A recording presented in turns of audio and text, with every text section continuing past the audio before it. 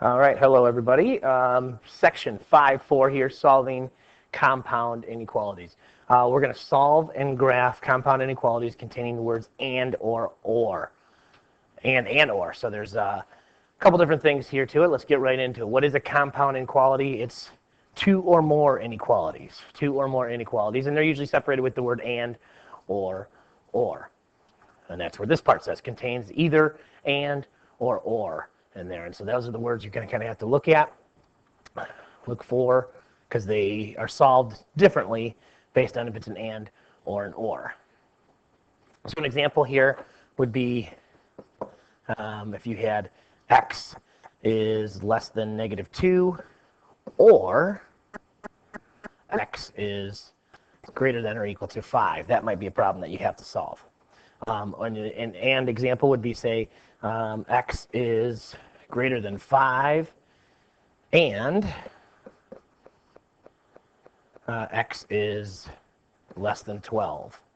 Okay? And in most cases, and we take a look again, here's our or symbol here, and over here is our and symbol.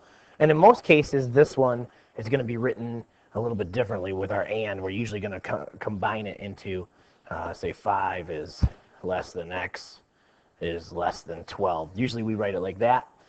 So we'll figure that one out as we go, and we'll do some examples. So let's first talk about the and ones, and inequalities containing and. They're called intersections of the graphs. Okay, not the most important thing is the intersection. I'm not going to have you know that. We just got to know it's an and.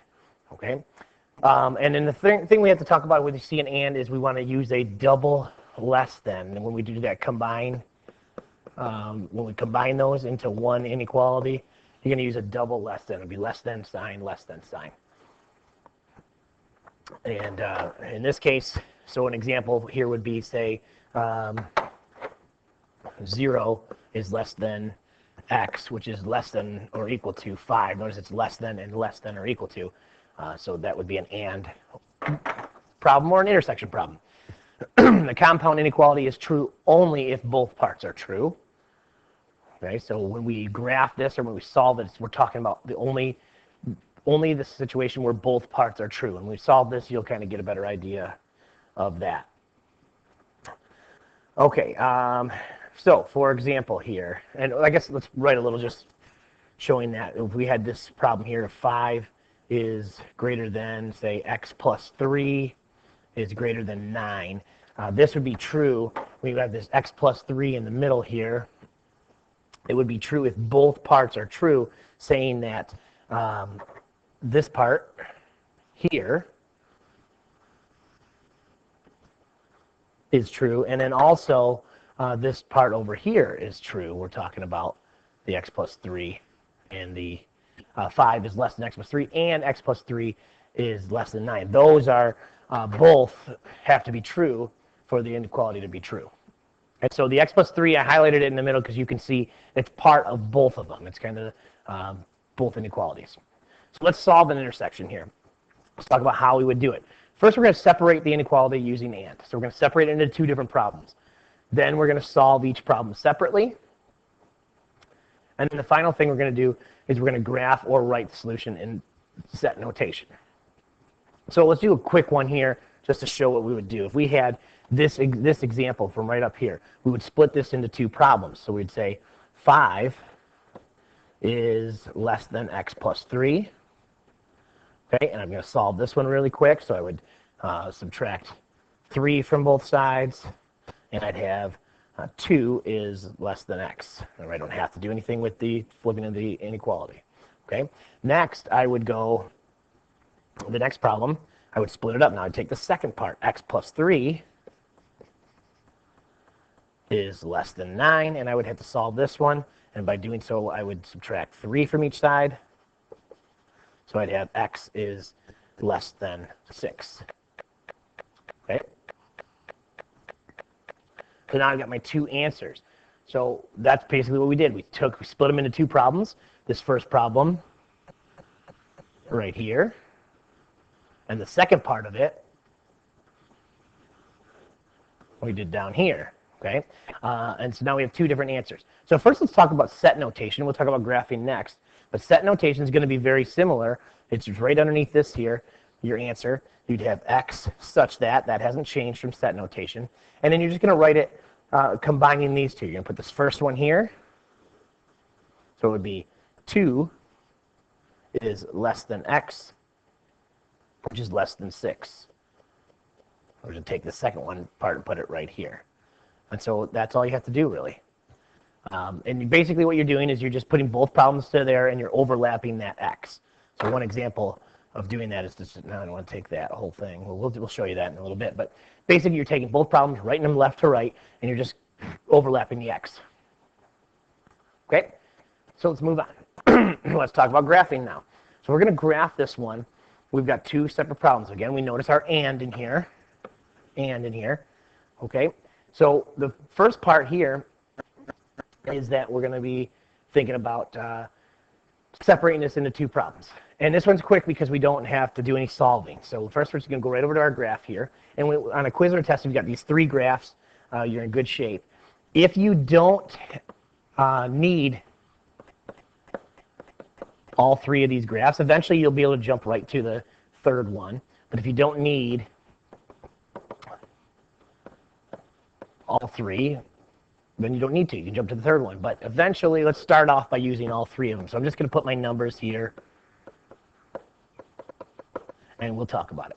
So the first one we're going to do on this x, the first one we're going to do is the top one. We're going to do the first part here, x is less than 3. So we know here that it's an open circle at 3, open circle at 3, and then we're going to be graphing to the left here because it's all numbers less than 3. So it would be all this stuff here. Okay. The second one, now we're going to put that one, that's this part here, on our second line.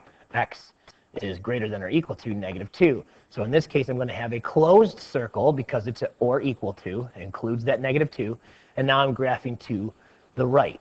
I'm graphing all these to the right because we're not all numbers that are greater than the -2. So our final answer here is going to be on the third one here. This is where our final answer goes, is on the third graph. And like I said, you could move right to this. If you get good at it, you can move right to the third graph. That's fine if you get pretty good at it. But just for starters, I'm just showing you with the 3 because it makes it pretty simple on how to do this. So now we're just going to take the both graphs that we have and kind of overlap them. Remember, in the and here, that means that both parts overlap. That's the true part. That's the true area, is where both parts overlap with an and, with an intersection. So I'm going to take, basically, here's it was open circle at 3. So I'm just drawing some dotted lines there to help us get a visual where it's going to be. And the next one has a solid line at 2, or at -2. So where they overlap is between -2 and 3.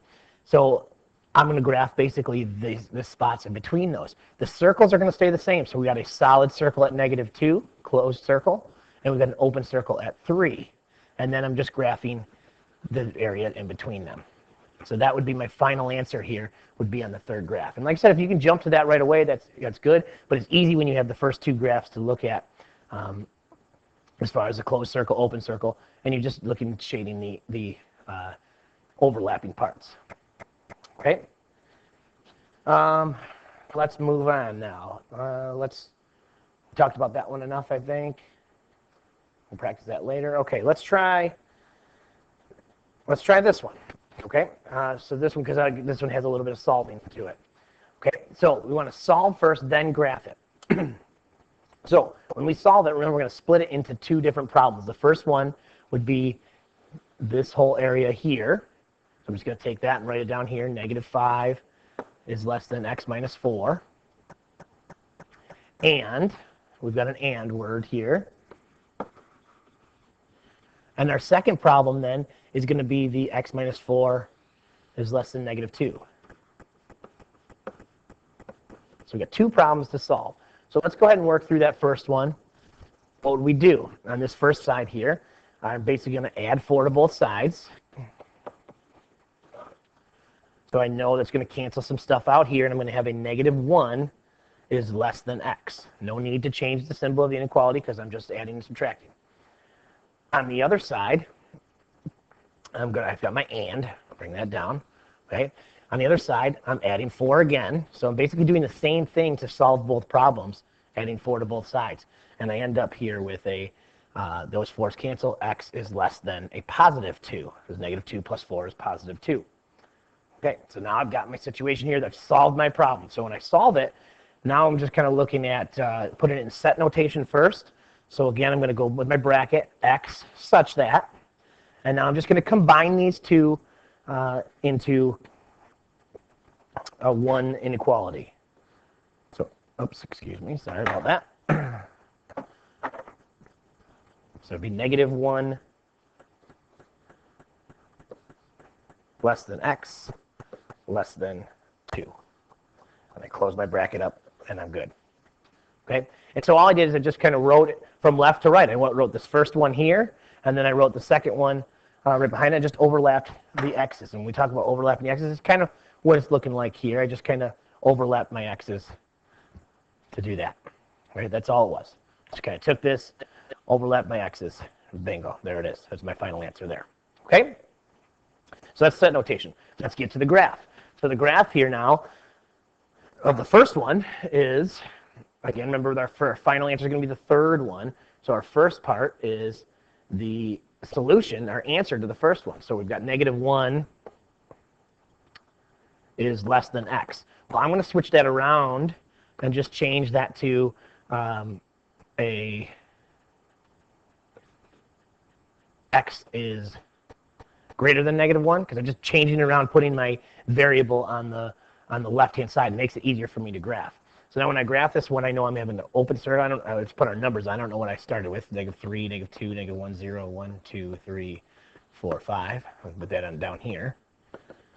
And as I'm writing these numbers, I'm just telling you, again, all I did up above was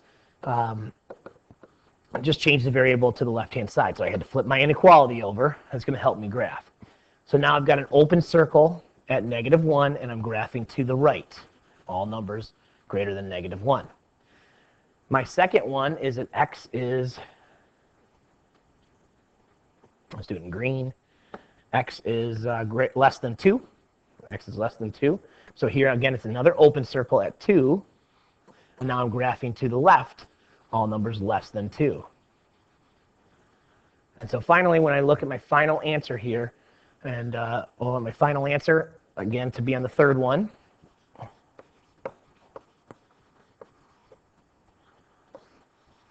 so I'm just kind of looking at where are their endpoints. So I'm going to kind of bracket it here. I know there's a circle at a negative 1 on that first one. There's a circle at 2 on the second one. So I'm going to keep the circles the same. So I've got an open circle at negative 1. I've got an open circle at 2. And then just talking about the stuff that's shaded in between them, because that's true for both of them. So that would be my graph. That would be my final answer. So if it tells you to solve it, you can do either a graph or the solution set. Sometimes it's going to ask for both solve and graph, like it did here. All right, let's move on. Inequalities containing or. Inequalities containing or. So an example would be if you had x, my x is less than a negative 3, or x is greater than 0. Okay, so we have an or in the middle. We call these unions. Again, I don't like the term union. Union, intersection, doesn't matter. Just union goes with ors. The compound inequality is true if one or more parts are true. So back with the intersections or the ands, both parts had to be true. Here, you only need one part to be true.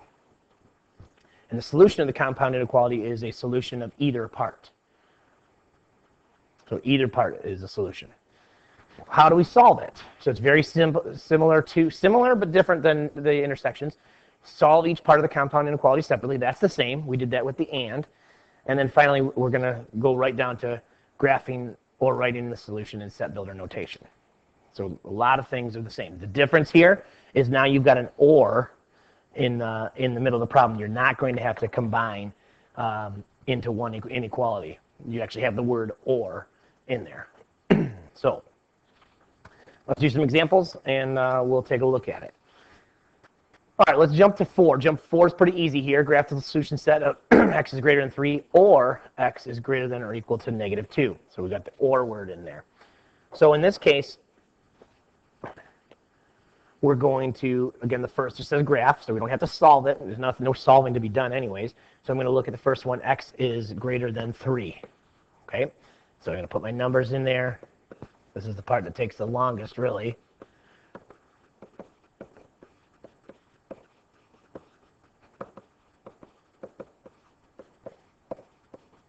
Okay, so x is greater than 3. So in this case, I'm going to have an open circle at 3, and I'm graphing to the right. Graphing to the right with an or. Okay, and then the second one, we've got x is less than or equal to -2. That's going to go on this one. So now I've got a closed circle at -2, and I'm graphing to the left here. Graphing to the left. Because it's all numbers less than -2. So we have to remember that when on our final answer here, that our ors are different than ands, because or means that any shading is true. Any shading is true. Remember, in ands, it had to be just both parts were true, so it was the parts that were overlapping. Here, with or, any shading is true. So we just kind of take both of them and move them down for our final answer here. So in this case, we've got an open circle at -2 going this way. And I've got a closed circle at -2 going to the left, and I've got an open circle at 3 going to the right. You're just kind of taking both pieces of that graph, put them down for your final answer there. Okay, let's do another different one with number 5. Number 5 is a little bit different because just the way the answer turns out. This is normally what you get is normally going to be something like this, where you got graphs going in opposite directions because it's an or problem. Okay, where ands are kind of in the middle because of they share it and they have to be the intersection. So the first thing here we got to do is we got to solve. We got to solve this problem first. So we've got an or, so it's already split into 2 different problems for us here, and also here. It's already split into kind of 2 different problems for us. So let's go ahead and start solving them. So I'm just going to keep it here, and I know the first thing I'm going to do is subtract a 4 from each side. So that's going to give me a -3h. Those 4s will cancel out, and I'm going to have a 15. Okay, we know that. And then I'm going to divide by a -3 on both sides, and I'm going to have h is, oops, don't forget about that. So a good example here, we're dividing by a -3, so that should automatically trigger something with our inequality. We've got to flip the sign here because we're divided by the -3, and then it becomes a -5 here. Right? I almost screwed up there. So that's one solution. Now we've got our or, because we've got our other solution that we have to have as well. So on this side here, we're going to add 3 to both sides. So now I'm going to have 7h is greater than 21. And now I'm dividing by 7. No need to flip this inequality because it's a positive number that I'm dividing by. So I'm going to end up with h is greater than 3. So now I've got my ors set up. I can put it in set notation. It doesn't ask me to. It just says graph. So let's just, I feel like we're good to graph it here. So let's take the first one and say, we'll write our numbers in.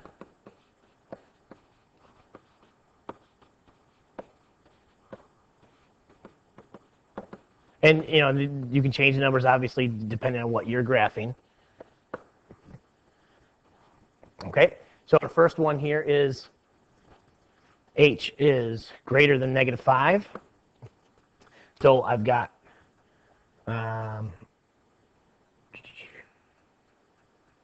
you see, I got to change those numbers because of that. All right. So sometimes, here's the little tip, maybe it helps to wait until you have your answer before you start writing the numbers in there, which we did. I just kind of got in the habit of writing the same numbers. So I've changed my numbers based on what I'm graphing. So x is greater than -5. So I'm going to have an open circle at -5, and I'm graphing to the right, all of this stuff here. Okay. My second one is h is greater than 3. So this is one where we're over at 3. I've got an open circle at 3, and I'm graphing to the right as well. So this is a tricky one where it's going to combine both of them. And remember, again, just so we know that OR means that any shading is true. Any shading is true. Any shading is good for us. So that would be our final answer. So now on our final one, we're going to combine these two here. And we've got an open circle at -5, and I'm going to the right. I'm going to include all of this stuff. I don't need to put a circle at 3 because my top graph, it includes 3. So it's just going to keep going. It's going to include all of those. So that would be my final answer on that one. It's an odd case that doesn't normally happen, but it happens, but it's not as common as the other ones. Okay? So that is basically it. We can solve this one tomorrow. So it brings us to our lesson summary. What does set notation look like for an intersection? Remember, that's your AND. So your set notation looks a little different.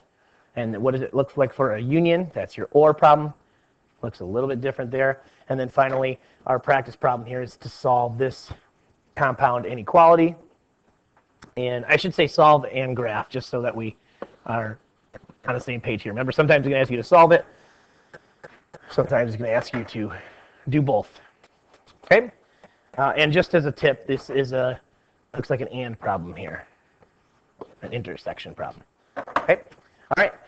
Let's go through the practice problem and some lesson summary and be ready to roll tomorrow.